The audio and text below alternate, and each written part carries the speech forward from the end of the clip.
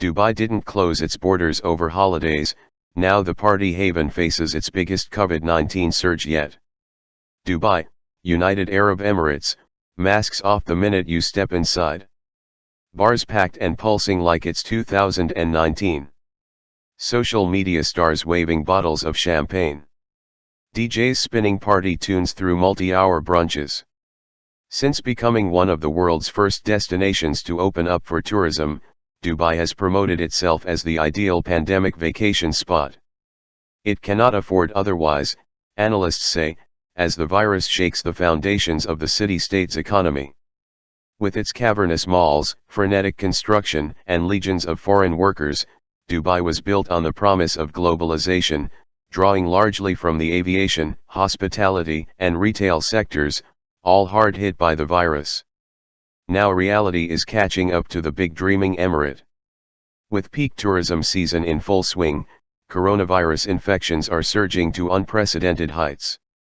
Daily case counts have nearly tripled in the past month, forcing Britain to slam shut its travel corridor with Dubai last week. But in the face of a growing economic crisis, the city won't lock down. Dubai's economy is a house of cards, said Matthew Page, a non-resident scholar at the Carnegie Endowment for International Peace. Its competitive advantage is being a place where rules don't apply. While most countries ban tourists from the UK over fears of the fast-spreading virus variant found there, Dubai, home to some 240,000 British expats, kept its doors open for the holidays. Emirates flew 5 daily flights to London's Heathrow Airport. Within days, the new virus strain had arrived in the Emirates, but that didn't stop reality TV and soccer stars from fleeing Britain's lockdown and wintry weather for Dubai's bars and beaches, without taking a coronavirus test before boarding. Scenes of pre-pandemic revelry were splattered across British tabloids. Facing backlash, Instagram influencers spotted at raucous yacht parties were quick to proclaim their travel essential. Dubai was glad for the influx. Hotel occupancy rates surged to 71% in December, according to data provider STR. The London-Dubai air route ranked busiest in the world over the first week of January, said OAG, an aviation data analysis firm. People have had enough of this pandemic already, said Iris Sabelano from Dubai's Al Arabi travel agency, adding that many of her clients have been forced to quarantine after testing positive for the virus on arrival or before departure. Travelers coming from a select list of countries don't need to get tests before their trips, but all must at Dubai's airport. With vaccines coming out, they feel it's not the end of the world, they're not going to die, she said. For those who do die of COVID-19, long-haul airline Emirates offers to pay $1,800 to help cover funeral costs. As the outbreak worsens, it seems the stampede will slow. Israeli tourists, who were coming in the tens of thousands following a normalization deal between the countries, have vanished due to new quarantine rules. A decision to suspend visa waivers for Israelis to the UAE until July took effect Monday. Britain's move to mandate a 10-day quarantine for those returning from Dubai threatens to clobber what's left of the tourism sector. Brits make up such an important proportion of tourists and investors in Dubai, said David Tarsh, spokesman for Forward Keys, a travel data analysis company. Cutting that pipeline is a complete disaster for the city. British Transport Secretary Grant Shapps tweeted that the government's decision was prompted by the UAE's latest virus data. Beyond daily infections, however, the data is scant. The UAE does not make public information about disease clusters or hospitalizations.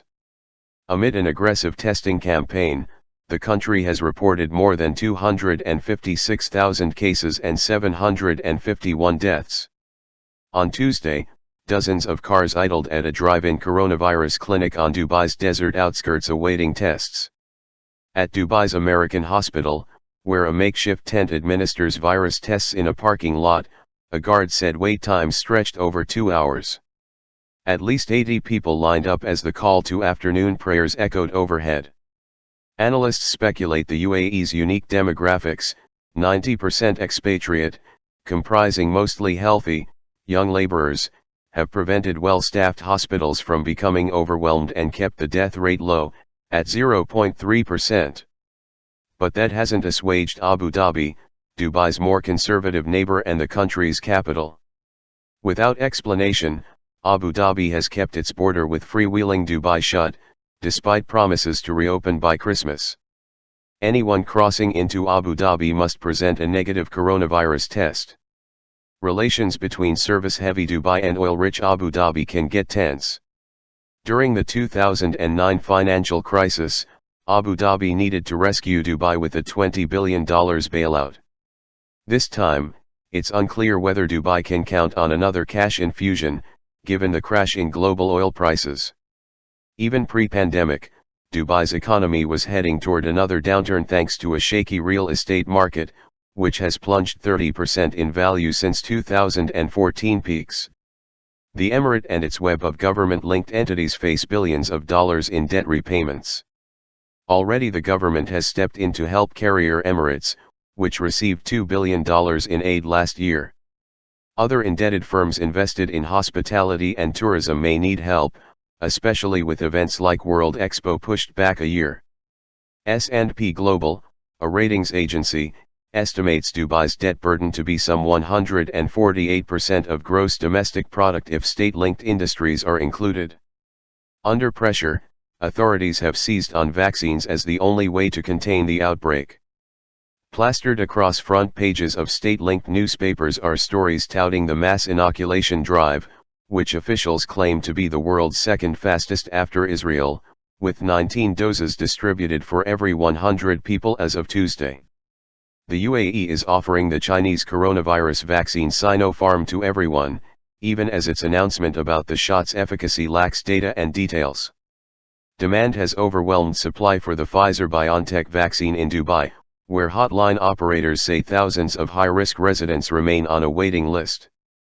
With the country shattering its infection record for 7 consecutive days, Dubai's ruler, Sheikh Mohammed bin Rashid Al Maktoum, declared that widespread vaccination, not movement restrictions, would accelerate the full recovery of our country. But even if Dubai meets its goal of inoculating 70% of the population by the end of 2021, Moody's Investors Service expects the UAE's economy to take 3 years to bounce back. "I don't think Dubai's days are numbered," said Page, the Carnegie scholar. "But if the city were more modest and responsible, it would be a more sustainable place."